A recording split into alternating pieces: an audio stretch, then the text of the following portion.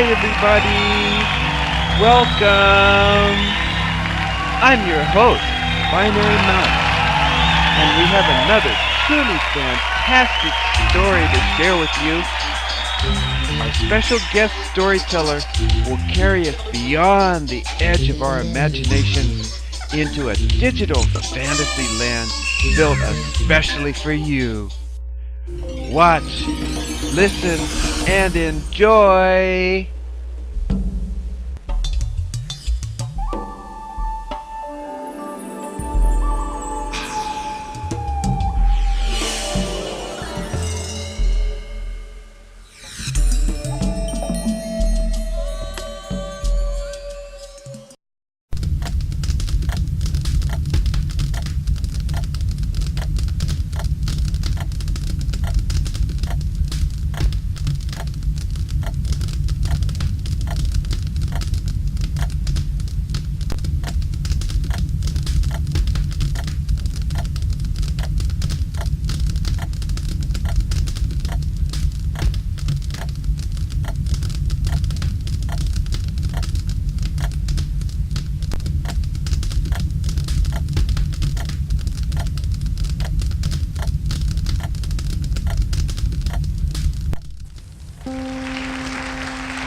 There was once a Velveteen rabbit, and in the beginning he was really splendid.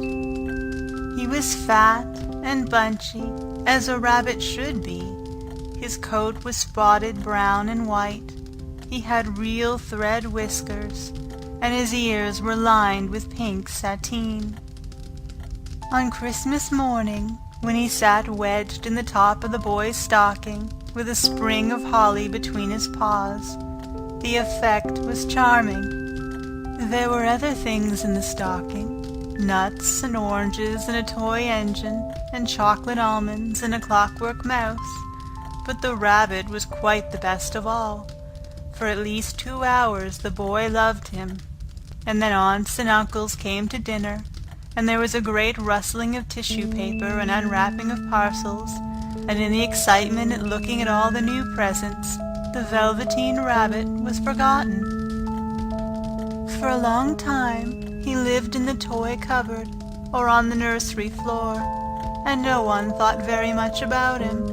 He was naturally shy, and being only made of velveteen, some of the more expensive toys quite snubbed him. The mechanical toys were very superior, and looked down upon everyone else. They were full of modern ideas, and pretended they were real. The model boat, who had lived through 2 seasons, and lost most of his paint, caught the tone from them, and never missed an opportunity of referring to his rigging in technical terms. The rabbit could not claim to be a model of anything, for he didn't know that real rabbits existed. He thought they were all stuffed with sawdust like himself, and he understood that sawdust was quite out of date, and should never be mentioned in modern circles. Even Timothy, the jointed wooden lion, who was made by the disabled soldiers, and should have had broader views, put on airs, and pretended he was connected with government. Between them all, the poor little rabbit was made to feel himself very insignificant and commonplace, and the only person who was kind to him at all was the Skin Horse. The Skin Horse had lived longer in the nursery than any of the others. He was so old that his brown coat was bald in patches, and showed the seams underneath, and most of the hairs in his tail had been pulled out to string bead necklaces. He was wise, for he had seen a long succession of mechanical toys arrive to boast and swagger, and by break their mainsprings and pass away, and he knew that they were only toys and would never turn into anything else. For nursery magic is very strange and wonderful, and only those playthings that are old and wise and experienced, like the Skin Horse, understand all about it. "What is real?" asked the rabbit one day, when they were lying side by side near the nursery fender, before Nana came to tidy the room. Does it mean having things that buzz inside you and a stick-out handle? Real isn't how you were made, said the Skin Horse. It's a thing that happens to you. When a child loves you for a long, long time, not just to play with, but really loves you, then you become real. Does it hurt? Asked the Rabbit.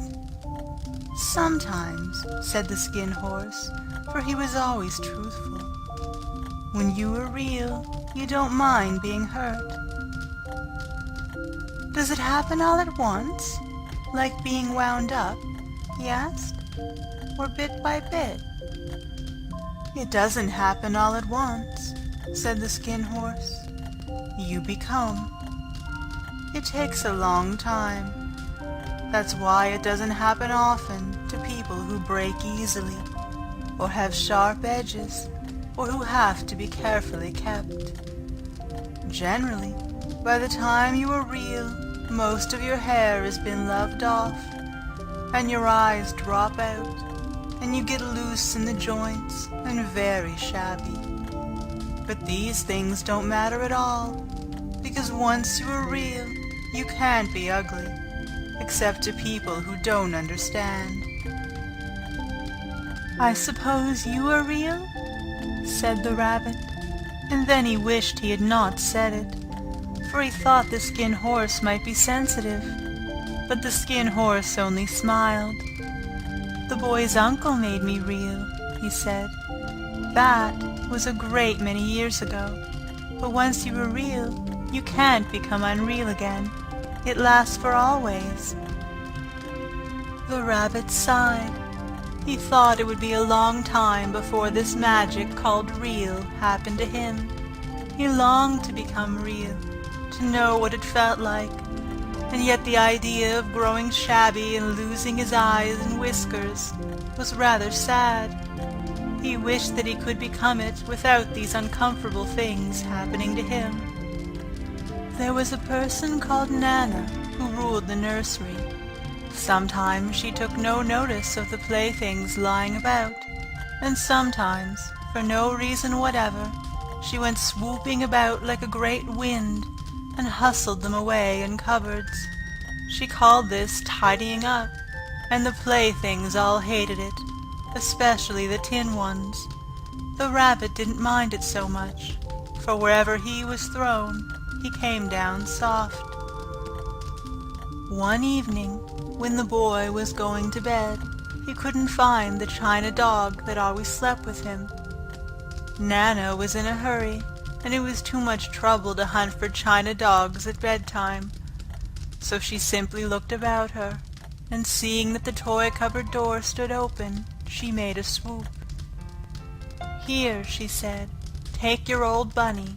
He'll do to sleep with you." And she dragged the Rabbit out by one ear, and put him into the boy's arms. That night, and for many nights after, the Velveteen Rabbit slept in the boy's bed. At first, he found it rather uncomfortable, for the boy hugged him very tight, and sometimes he rolled over on him, and sometimes he pushed him so far under the pillow that the Rabbit could scarcely breathe. And he missed, too, those long moonlight hours in the nursery, when all the house was silent, and his talks with the Skin Horse. But very soon he grew to like it, for the boy used to talk to him, and made nice tunnels for him under the bedclothes that he said were like the burrows the real rabbits lived in. And they had splendid games together, in whispers, when Nana had gone away to her supper and left the night light burning on the mantelpiece. And when the boy dropped off to sleep, the Rabbit would snuggle down close under his little warm chin and dream, with the boy's hands clasped close round him all night long. And so time went on, and the little Rabbit was very happy, so happy that he never noticed how his beautiful velveteen fur was getting shabbier and shabbier, and his tail becoming unsewn, and all the pink rubbed off his nose where the boy had kissed him. Spring came, and they had long days in the garden, for wherever the boy went, the rabbit went too. He had rides in the wheelbarrow, and picnics on the grass, and lovely fairy huts built for him under the raspberry canes behind the flower border. And once, when the boy was called away suddenly to go out to tea, the rabbit was left out on the lawn until long after dusk, and Nana had to come and look for him with a candle, because the boy couldn't go to sleep unless he was there. He was wet through with the dew, and quite earthy from diving into the burrows the boy had made for him in the flower bed, and Nana grumbled as she rubbed him off with a corner of her apron. "You must have your old bunny," she said. "Fancy all that fuss for a toy." The boy sat up in bed and stretched out his hands. "Give me my bunny," he said. "You mustn't say that. He isn't a toy. He's real." When the little rabbit heard that, he was happy, for he knew that what the skin horse had said was true at last. The nursery magic had happened to him, and he was a toy no longer. He was real. The boy himself had said it. That night, he was almost too happy to sleep, and so much love stirred in his little sawdust heart that it almost burst, and into his boot-button eyes that had long ago lost their polish there came a look of wisdom and beauty, so that even Nana noticed it next morning when she picked him up and said, "I declare if that old bunny hasn't got quite a knowing expression." That was a wonderful summer. Near the house where they lived there was a wood, and in the long June evenings the boy liked to go there after tea to play. He took the Velveteen rabbit with him, and before he wandered off to pick flowers or play at brigands among the trees, he always made the rabbit a little nest somewhere among the bracken, where he would be quite cozy, for he was a kind-hearted little boy, and he liked Bunny to be comfortable. One evening, while the rabbit was lying there alone, watching the ants that ran to and fro between his velvet paws in the grass, he saw two strange beings creep out of the tall bracken near him. They were two rabbits, like himself, but quite furry and brand new. They must have been very well made, for their seams didn't show at all, and they changed shape in a queer way when they moved. One minute they were long and thin, and the next minute fat and bunchy, instead of always staying the same like he did. Their feet patted softly on the ground, and they crept quite close to him, twitching their noses, while the rabbit stared hard to see which side the clockwork stuck out, for he knew that people who jump generally have something to wind them up, but he couldn't see it. They were evidently a new kind of rabbit altogether. They stared at him, and the little rabbit stared back, and all the time their noses twitched. "Why don't you get up and play with us?" one of them asked. "I don't feel like it," said the rabbit, for he didn't want to explain that he had no clockwork. "Oh," said the furry rabbit, "it's as easy as anything," and he gave a big hop sideways and stood on his hind legs. "I don't believe you can," he said. "I can," said the little rabbit. "I can jump higher than anything."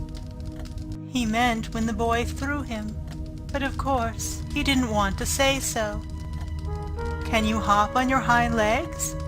asked the furry rabbit. That was a dreadful question, for the Velveteen rabbit had no hind legs at all. The back of him was made all in one piece, like a pincushion. He sat still in the bracken and hoped that the other rabbits wouldn't notice. "I don't want to," he said again. But the wild rabbits have very sharp eyes, and this one stretched out his neck and looked. "He hasn't got any hind legs," he called out. "Fancy a rabbit without any hind legs!" And he began to laugh. "I have!" cried the little rabbit. "I have got hind legs. I am sitting on them." "Then stretch them out and show me, like this," said the wild rabbit. And he began to whirl round and dance, till the little rabbit got quite dizzy. "I don't like dancing," he said. "I'd rather sit still." But all the while he was longing to dance, for a funny new tickly feeling ran through him, and he felt he would give anything in the world to be able to jump about like these rabbits did. The strange rabbit stopped dancing and came quite close. He came so close this time that his long whiskers brushed the Velveteen Rabbit's ear. And then he wrinkled his nose suddenly and flattened his ears and jumped backwards. "He doesn't smell right," he exclaimed. "He isn't a rabbit at all. He isn't real." "I am real," said the little rabbit. "I am real. The boy said so." And he nearly began to cry. Just then there was a sound of footsteps, and the boy ran past near them, and with a stamp of feet and a flash of white tails the two strange rabbits disappeared. "Come back and play with me," called the little rabbit. "Oh, do come back. I know I am real." But there was no answer. Only the little ants ran to and fro, and the bracken swayed gently where the two strangers had passed. The Velveteen Rabbit was all alone. "Oh dear," he thought. "Why did they run away like that? Why couldn't they stop and talk to me?" For a long time he lay very still, watching the bracken, and hoping that they would come back. But they never returned, and presently the sun sank lower, and the little white moths spluttered out, and the boy came and carried him home. Weeks passed, and the little rabbit grew very old and shabby, but the boy loved him just as much. He loved him so hard that he loved all his whiskers off, and the pink lining to his ears turned gray, and his brown spots faded. He even began to lose his shape, and he scarcely looked like a rabbit anymore, except to the boy. To him, he was always beautiful, and that was all that the little rabbit cared about. He didn't mind how he looked to other people, because the nursery magic had made him real, and when you are real, shabbiness doesn't matter. And then, one day, the boy was ill. His face grew very flushed, and he talked in his sleep, and his little body was so hot that it burned the rabbit when he held him close. Strange people came and went in the nursery, and a light burned all night, and through it all the little Velveteen Rabbit lay there, hidden from sight under the bedclothes, and he never stirred, for he was afraid that if they found him, someone might take him away, and he knew that the boy needed him. It was a long, weary time, for the boy was too ill to play, and the little rabbit found it rather dull, with nothing to do all day long. But he snuggled down patiently, and looked forward to the time when the boy should be well again, and they would go out in the garden, amongst the flowers and the butterflies, and play splendid games in the raspberry thicket, like they used to. All sorts of delightful things he planned, and while the boy lay half asleep, he crept up close to the pillow and whispered them in his ear. And presently the fever turned, and the boy got better. He was able to sit up in bed, and look at picture books, while the little rabbit cuddled close at his side. And one day they let him get up and dress. It was a bright sunny morning, and the window stood wide open. They had carried the boy out to the balcony, wrapped in a shawl, and the little rabbit lay tangled up among the bedclothes, thinking. The boy was going to the seaside tomorrow. Everything was arranged, and now it only remained to carry out the doctor's orders. They talked about it all, while the little rabbit lay under the bedclothes, with just his head peeping out, and listened. The room was to be disinfected, and all the books and toys that the boy had played with in the bed must be burnt. Hurrah, thought the little rabbit. Tomorrow we shall go to the seaside. For the boy had talked often of the seaside, and he wanted very much to see the big waves coming in, and the tiny crabs, and the sand castles. Just then, Nana caught sight of him. "How about his old bunny?" she asked. "That," said the doctor. "Why, it's a mess of scarlet fever germs. Burn it at once." "What? Nonsense! Get him a new one. He mustn't have that any more." And so the little rabbit was put into a sack with the old picture books and a lot of rubbish, and carried out to the end of the garden behind the fowl house. That was a fine place to make a bonfire, only the gardener was too busy just then to attend to it. He had the potatoes to dig and the green peas to gather, but next morning he promised to come quite early and burn the whole lot. That night the boy slept in a different bedroom, and he had a new bunny to sleep with him. It was a splendid bunny, all white plush with real glass eyes, but the boy was too excited to care very much about it, for tomorrow he was going to the seaside, and that in itself was such a wonderful thing that he could think of nothing else. And while the boy was asleep, dreaming of the seaside, the little rabbit lay among the old picture books in the corner behind the fowl house, and he felt very lonely. The sack had been left untied, and so by wriggling a bit, he was able to get his head through the opening and look out. He was shivering a little, for he had always been used to sleeping in a proper bed, and by this time his coat had worn so thin and so threadbare from hugging that it was no longer any protection to him.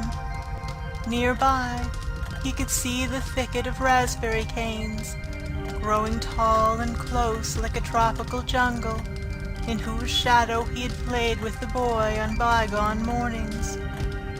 He thought of those long sunlit hours in the garden, how happy they were, and a great sadness came over him. He seemed to see them all pass before him, each more beautiful than the other, the fairy huts in the flower bed, the quiet evenings in the wood, when he lay in the bracken and the little ants ran over his paws, the wonderful day when he first knew that he was real. He thought of the skin horse, so wise and gentle, and all that he had told him. Of what use was it to be loved and lose one's beauty and become real if it all ended like this? And a tear, a real tear, trickled down his shabby velvet nose and fell to the ground. And then a strange thing happened, for where the tear had fallen, a flower grew out of the ground, a mysterious flower, not at all like any that grew in the garden. It had slender green leaves the color of emeralds, and in the center of the leaves a blossom like a golden cup. It was so beautiful that the little rabbit forgot to cry, and just lay there watching it. And presently the blossom opened, and out of it there stepped a fairy. She was quite the loveliest fairy in the whole world. Her dress was of pearl and dewdrops, and there were flowers round her neck and in her hair, and her face was like the most perfect flower of all. And she came close to the little rabbit and gathered him up in her arms and kissed him on his velveteen nose that was all damp from crying. "Little rabbit," she said, "don't you know who I am?" The rabbit looked up at her, and it seemed to him that he had seen her face before, but he couldn't think where. "I am the nursery magic fairy," she said. "I take care of all the playthings that the children have loved. When they are old and worn out, and the children don't need them any more, then I come and take them away with me and turn them into real." "Wasn't I real before?" asked the little rabbit. "You were real to the boy," the fairy said, "because he loved you. Now you shall be real to everyone." And she held the little rabbit close in her arms and flew with him into the wood. It was light now, for the moon had risen. All the forest was beautiful, and the fronds of the bracken shone like frosted silver.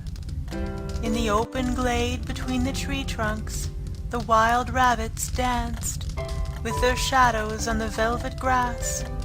But when they saw the fairy, they all stopped dancing and stood round in a ring to stare at her. "I brought you a new playfellow," the fairy said.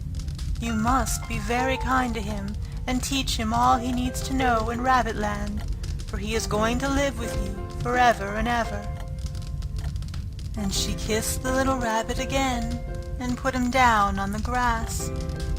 "Run and play, little rabbit," she said. But the little rabbit sat quite still for a moment and never moved, for when he saw all the wild rabbits dancing around him, he suddenly remembered about his hind legs, and he didn't want them to see that he was made all in one piece. He did not know that when the fairy kissed him that last time, she had changed him altogether, and he might have sat there a long time, too shy to move, if just then something hadn't tickled his nose, and before he thought what he was doing, he lifted his hind toe to scratch it. And he found that he actually had hind legs. Instead of dingy velveteen, he had brown fur, soft and shiny. His ears twitched by themselves, and his whiskers were so long that they brushed the grass. He gave one leap, and the joy of using those hind legs was so great that he went springing about the turf on them, jumping sideways and whirling round as the others did, and he grew so excited that when at last he did stop to look for the fairy, she had gone. He was a real rabbit at last, at home with the other rabbits. Autumn passed, and winter, and in the spring, when the days grew warm and sunny, the boy went out to play in the wood behind the house. And while he was playing, 2 rabbits crept out from the bracken and peeped at him. One of them was brown all over, but the other had strange markings under his fur, as though long ago he had been spotted, and the spots still showed through. And about his little soft nose and his round black eyes there was something familiar, so that the boy thought to himself, "Why, he looks just like my old bunny that was lost when I had scarlet fever." But he never knew that it really was his own bunny, come back to look at the child who had first helped him to be real. End of The Velveteen Rabbit.